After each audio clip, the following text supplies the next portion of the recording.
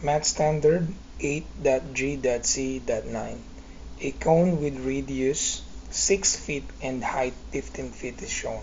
So this is the cone. Radius is 6 feet. The height is 15 feet.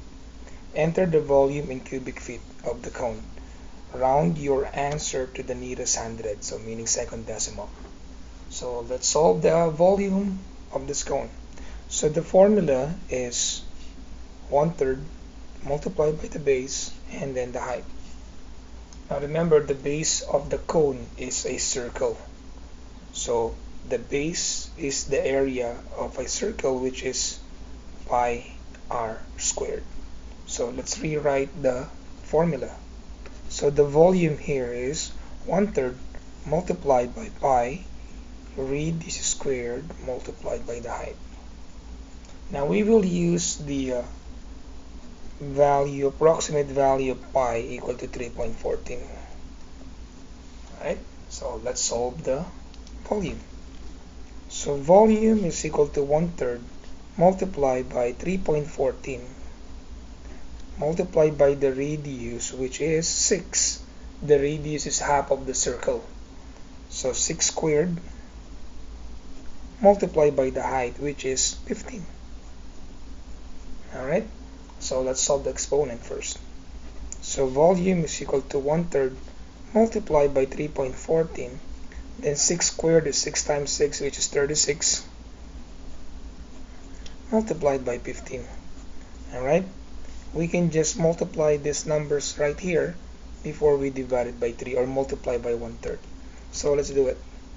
So 36 multiplied by 15 is equal to 540. So this is 1/3 multiplied by 3.14 multiplied by 540. Alright, and then multiply by 3.14. So the answer here is 1/3 multiplied by 1695.6. Alright, so from here, divided by 3 or multiplied by 1/3. So divided by 3.